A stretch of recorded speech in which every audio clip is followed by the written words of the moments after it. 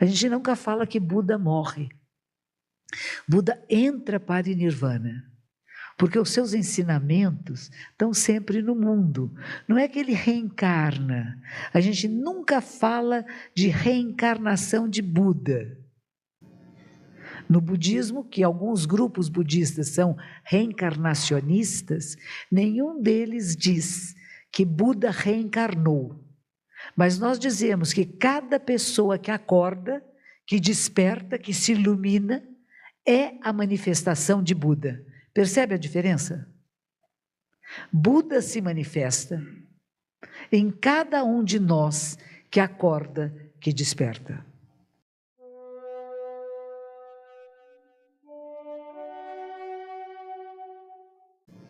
Então falamos um pouco sobre o que é o Nirvana. É um estado de bem-estar, de contentamento com a existência em qualquer circunstância.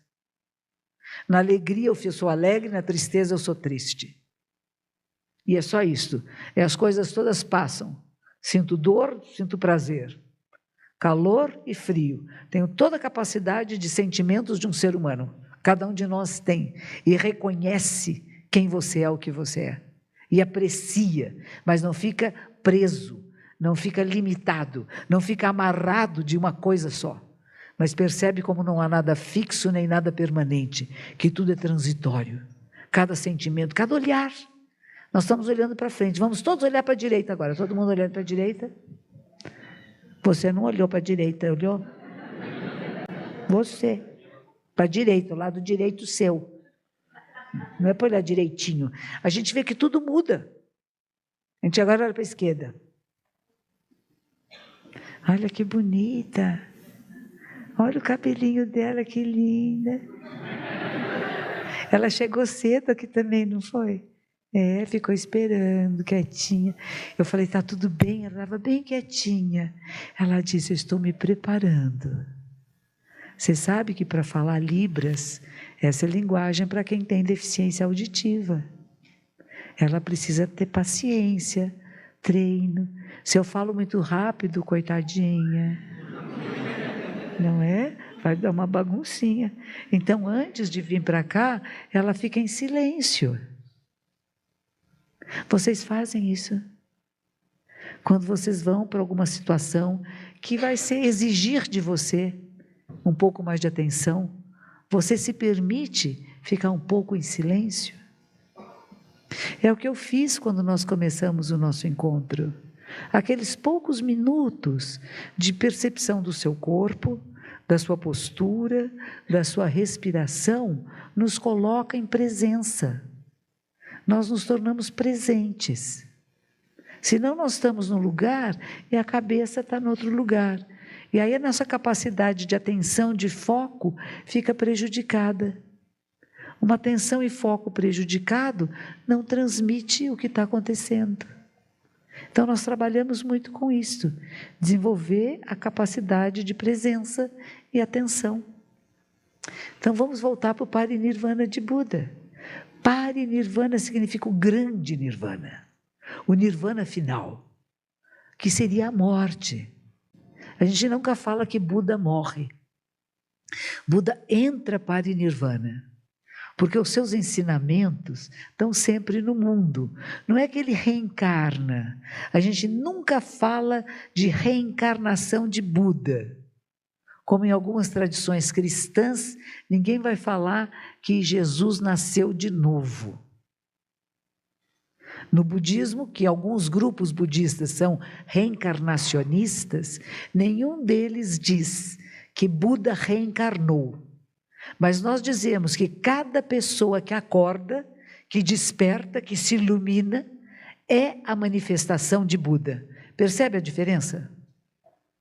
Buda se manifesta em cada um de nós que acorda, que desperta. E é o mesmo Buda histórico, de 2.600 anos atrás, que continua se manifestando em cada um de nós que segue seus ensinamentos e que vive uma vida digna, e que vive um olhar Buda para a realidade, para a sua existência, que aprecia a sua existência. que aprecia cada instante tão breve dessa nossa existência. E não tem um melhor nem um pior. Agora chorou, tá vendo? Esse foi pior. Mentiu, monge, agora foi ruim. É uma menininha, tem uma fitinha na cabeça. Tem 2 crianças. São 2, não uma só. Que delícia. Oi. Oi. É. Vai mamar? Oi. Mamar gostoso, vocês lembram? Eu não lembro nada. A gente olha e tem uma vaga memória, mas você se lembra de você mamando? É muito difícil. Tem memórias para nós que elas estão lá, mas estão em algum lugar, né? E não lembramos de tudo, nós selecionamos as nossas memórias. Então, Buda está velhinho, velhinho não. Está novinho, tem 80 anos. Hoje, quando você vai no aeroporto, diz assim, primeiro os de 80 anos, prioridade. Mais de 80 anos, eu adoro isso. Me faz me sentir tão jovem com meus 71. Entrem primeiro os mais de 80, não é uma delícia? Eu sou um bebê. Eu tenho que esperar mais velhos virem na minha frente, que gostoso. E saudáveis, e andando sozinhos, não é? Que não é aquele desenho de velhinho com a bengalinha assim, né? Andando, todos faceirinhos para cima e para baixo, tudo com mais de 80. Gostoso, né? Buda tinha 80 anos. Na Índia, naquela época, nem todos viviam 80 anos. Ele estava doente, ele tinha doenças gastrointestinais. Uma queimação no estômago, conhecem? Pepsamar. Não existia Pepsamar. E aí, quando ele está passando mal, ele sabe. Há 3 meses, ele está pressentindo que já não está dando mais, que o sistema não está funcionando bem, que está na horinha de fechar o circuito, né? E quando ele está se preparando para isso, ele vai indo em direção à casa do pai. Não é todo esse simbólico? Eu volto para minha casa? Eu quero voltar. Quantas pessoas, antes de morrer, dizem, eu quero ir para casa? Estou indo para casa? Estou encontrando meu marido, meu pai, meu avô, minha mãe, meu tio? Aqueles que já se foram, né? A gente quer encontrar aqueles. A gente não quer encontrar os que estão por aqui, porque já perdeu a graça. Aí, quando perde a graça, a gente quer ir para o lado de lá. E eles estavam muito animados, que daí há 3 meses já pressentindo, está chegando a hora, oba, oba. Mas ele tinha dores, ele tinha desconforto. Então, não é pensar que um Buda, um ser iluminado, é um ser mágico, que ele vai sentar em meditação e morrer. A gente gostaria assim, né? Hoje é meu dia. Agora eu vou morrer, tá? Vocês esperem um pouquinho. Tchau. Não fui. Não deu. Não é? A gente gostaria que fosse assim, mas não é bem assim que acontece. Então, ele é um ser humano que ficou doente, que tinha dores, e ele sentou, estava indo na direção da casa do pai, não chegou lá, passou mal, deitou-se do ladinho direito, e tem Ananda, que é o primo dele, que amava Buda até a morte, né? Fazia tudo por Buda, decorou tudo que Buda falou, só não se iluminou. Ele era meio chatinho, mas ele estava ali firme do lado. E Buda, vendo que ele estava lá triste, desesperado, chorando, deu-lhe uma função. Não é assim que você faz? Quando a pessoa está muito fora de si, você diz assim, então vai buscar água para mim. Eu estou sedento, não estava nem sede, tinha nada, né? Falou, vai, sai um pouco, vai passear, vai dar uma volta. E ele foi até a beira do rio, chorando, chorando, né? E na beira do rio tem uma senhorinha. E ela fala assim, monge, por que você está chorando tanto? Meu mestre está morrendo. Mas o que ele tem? Ele tem muitas dores, dor de barriga, né? Não sei o que é. Ela diz assim, eu tenho uns bolinhos de arroz, de farinha de arroz. Leve para ele que ele vai se sentir melhor. É Pepsamar de 2.600 anos atrás. Sal de fruta, essas coisas.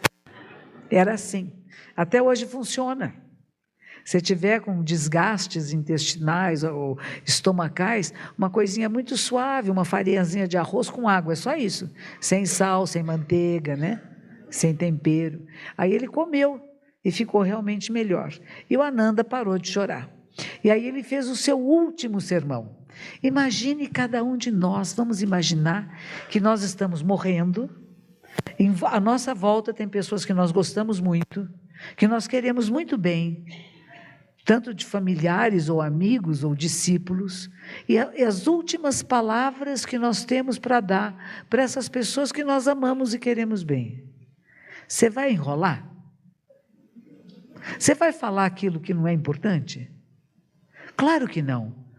A sua voz está acabando. Você não vai poder falar daqui a pouco, você sabe que é o fim. Então tem um texto que eu acho uma maravilha, você também gosta, né? Que se chama o Breve Parinirvana Sutra, que é o último sermão desse Parinirvana Sutra, quer dizer, um ensinamento, né? E é o último dele, em que ele diz para os seus discípulos algumas coisas importantes. Eu não vou ler todo, porque não dá tempo, porque já falei demais. Mas ele diz assim: depois de minha morte, respeitem e compartilhem os preceitos. Sejam éticos. Coisa que às vezes falta um pouquinho no mundo, né? Mas se cada um de nós fizer o compromisso de uma vida ética, nós vamos estar influenciando todos à nossa volta. Todos. Depende de cada um de nós. Então a primeira coisa que ele diz é isso: tenham uma vida ética, manter os preceitos. Ele diz assim: eu vou explicar como é que você protege. Eles são chamados, porque os preceitos, a confiança nos preceitos, faz surgir todos os estados profundos de meditação, de compreensão da realidade da vida, de compreensão da vida e da morte. São filhos do mesmo pai? Ah, bom, fiquei preocupado. Tem 2 moças, com cada uma com uma criança, e tem um moço só. E as crianças são quase da mesma idade. Nunca se sabe.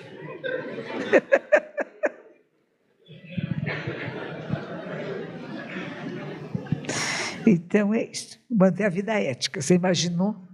Numa sociedade como a nossa, em que a gente exige um relacionamento monogâmico, não exigimos relações só comigo, filho só comigo. Esses dias estive com um senhor num hotel que eu estava, ele entrou na sala, depois ele veio falar comigo: pois é, eu saí da minha casa para passar 14 dias fora, estou há 14 anos nesse hotel. Ele falou assim: só porque eu tive um filho fora do casamento. A minha mulher me expulsou de casa. E agora ele é amiga do meu filho. Só falta pôr ele na cama, mas eu não posso entrar. Porque essa é a nossa criação, né? Nós fomos educados, treinados para relacionamentos monogâmicos, né? É um com um, não é um com vários. Então, dentro da nossa cultura, isso é moral, isso não é bem ética, né? Ética é alguma coisa que é o fazer o bem para o maior número de seres, no sentido de que você se torna o outro, você entende a necessidade, né? Você não está seguindo uma regrinha moral que é de uma época, de uma sociedade. É uma coisa maior do que isso. A partir da ética surge o que a gente vai chamar de moral, né? Então, se vocês mantiverem os preceitos, vão obter o bem. Todo mundo vai gostar de ver você, porque você não está fazendo coisas erradas, né? Ou seja, se você seguir uma vida ética, você será respeitado por você e por todas as deidades e seres humanos. Aquele que não mantém uma vida ética vai escorregar um dia e não vai ser bonito.